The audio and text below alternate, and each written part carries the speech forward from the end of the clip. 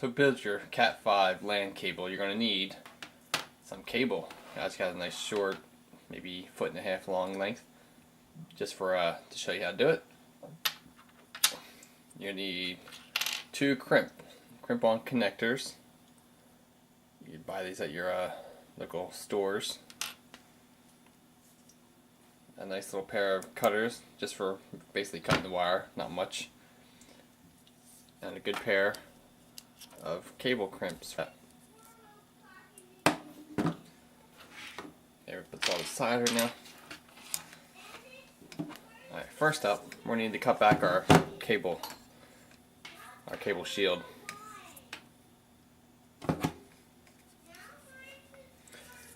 This pair, yours may or may not have it. This pair has a cutting side and a stripping side on it.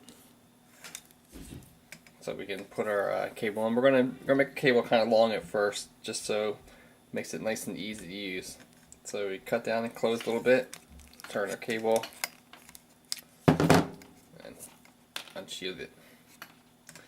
Inside most, not all, but you're gonna find this little nylon. It's called a wick. All that does is just pretty much, it's a moisture wick. It just draws the moisture away from the cables and stuff. So if there is moisture somewhere, it'll draw it down and not affect the components. Inside each cable, you'll see 4 twisted pair. This is where the UTP in the cable comes from. Unshielded twisted pair, UTP. You got your green, brown, orange, and blue. Now each pair, there's a solid and then there's a stripe, kind of like in billiards or pool.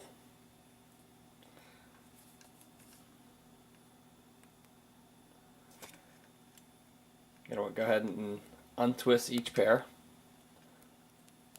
Sometimes you get a pain in the butt.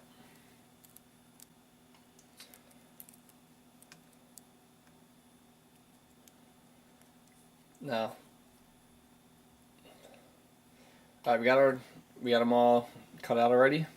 We're going to go ahead and cut out this wick since we're not going to need it.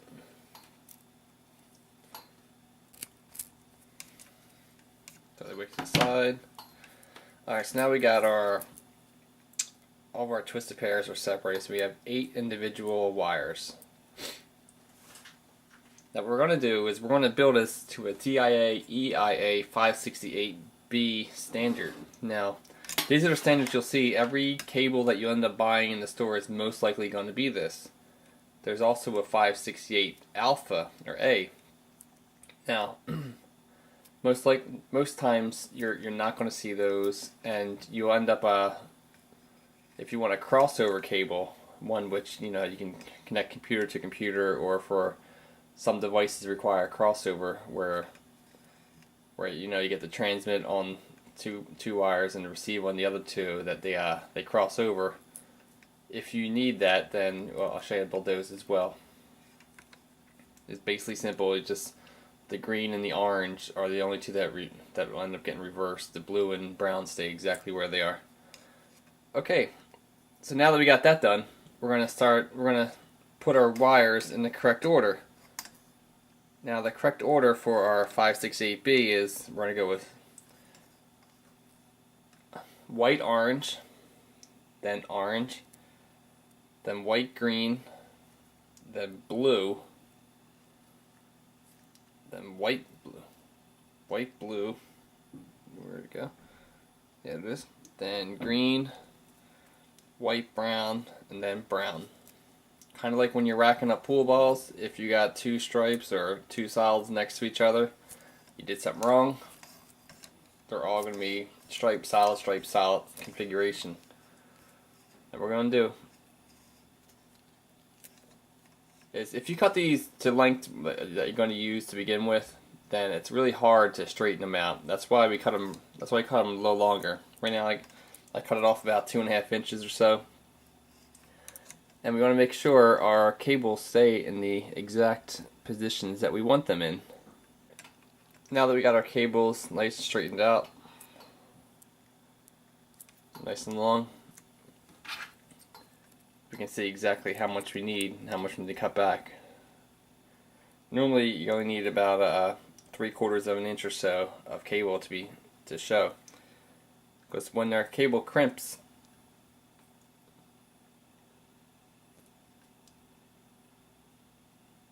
as our cable crimps, you'll see these little metal bands, these little metal connectors, they got those little spikes on it, will be forced down onto the cable, penetrating the shield and going into the copper.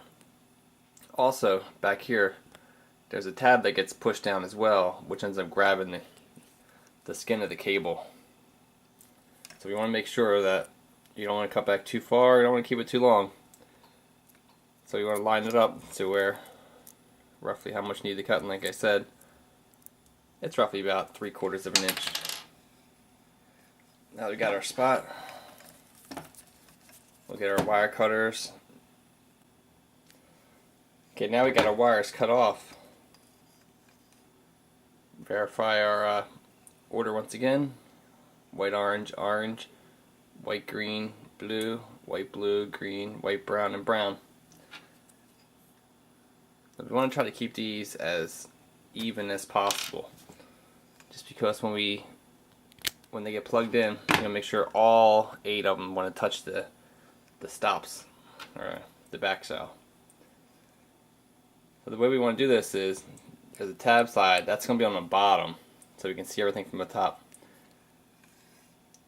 Slide right into the hole there. As you can see, they're going to go in the channels all by themselves, almost like magic.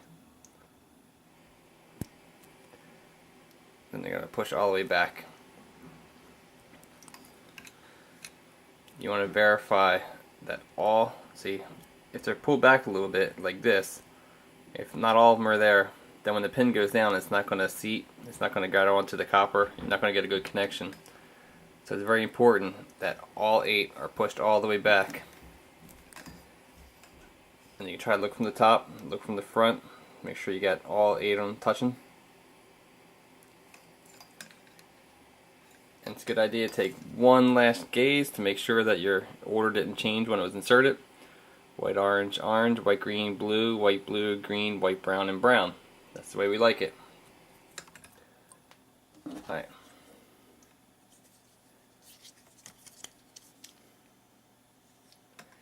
Now it's time to plug in. We're going to push it in, push it all the way. Like I said, this is a very important part, because if this gets loose, this comes pulled back a little bit. You're not going to get a good connection. So make sure you push forward into it, squeeze, you hear the clicking. Give a nice good hard squeeze. Make sure all are down. And we're taking a look. Make sure all of our connectors are forward. As you can see, all got pushed down, and as well, this is going to hold on to the cable. This little clipper rat pushed down.